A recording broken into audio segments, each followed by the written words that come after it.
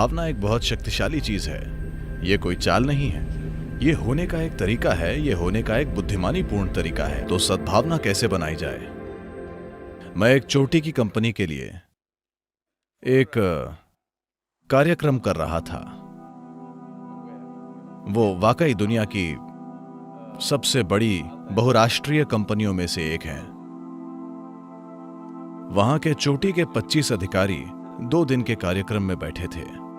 मेरे साथ 9 वॉलंटियर थे। ईशा फाउंडेशन पूरी तरह से वॉलंटियरों द्वारा चलाया जाने वाला संगठन है और ये 9 वॉलंटियर कार्यक्रम में सब कुछ संभाल रहे थे। और दूसरे दिन इनमें से एक अधिकारी ने मुझसे पूछा, सदगुरु, आपको ऐसे लोग कहां मिलते हैं?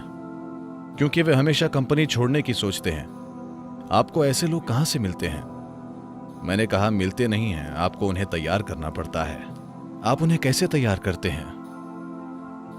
मैंने कहा, कुछ ऐसा कीजिए कि उन्हें आपसे प्यार हो जाए। ओह, हम ऐसा कैसे करें? I said, first you must fall in love with them.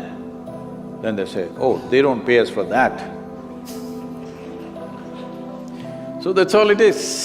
मैंने कहा, पहले आपको उनसे प्यार करना पड़ेगा। फिर वे बोले, ओह, उसके लिए हमें कंपनी पैसे नहीं देती। तो पूरी बात यही है। तो आप सद्भावना बना नहीं सकते, आपको सद्भावना बहानी होगी।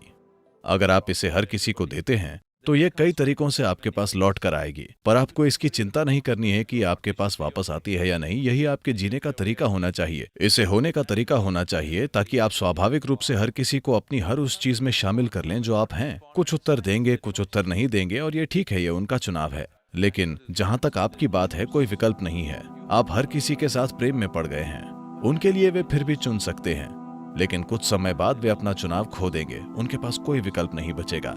अगर आप इसी तरह बने रहते हैं तो आप कुछ समय बाद देखेंगे कि उनके पास कोई चारा नहीं है। शुरू में वे ऐसे बर्ताव करेंगे जैसे उनके पास विकल्प है, लेकिन थोड़े समय बाद उनके पास कोई विकल्प नहीं बचेगा। तो सद्भावना बनाने की कोशिश मत कीजिए।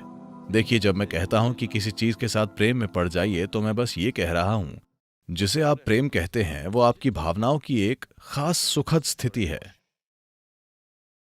भावना एक बहुत शक्तिशाली चीज है। हालांकि लोग हर तरह की तार्किक बकवास करते हैं, फिर भी दुनिया इंसानी भावनाओं से संचालित है। हाँ, क्या ऐसा नहीं है?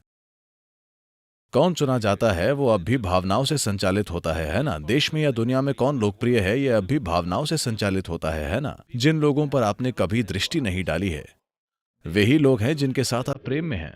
कृपया देखिए।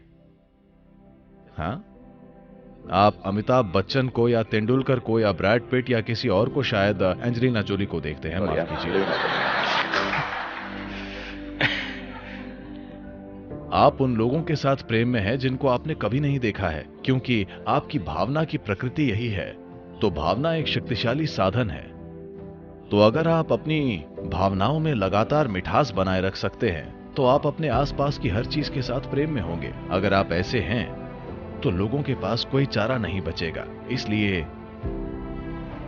ये कोई चाल नहीं है, ये होने का एक तरीका है, ये होने का एक बुद्धिमानी पूर्ण तरीका है। क्योंकि वे आपके प्रेम में पड़ते हैं या नहीं पड़ते हैं, आपका जीवन बहुत सुखद और मधुर होगा। कोई आपसे प्रेम करता है या नहीं, उससे कोई फर्क नहीं पड़ता। बात सिर्फ ये है कि आप प्रेममय हैं और आपका जीवन बहुत सुखद बना देता है। So goodwill, there is no trick to build goodwill. तो सद्भावना बनाने के लिए कोई चाल नहीं होती, उसे चालाकी कहते हैं। कोई तरकीब नहीं है, आप बस ऐसे बन जाइए। जो उत्तर देते हैं वो उत्तर देंगे, जो नहीं देते वो नहीं देंगे। इसमें क्या समस्या है?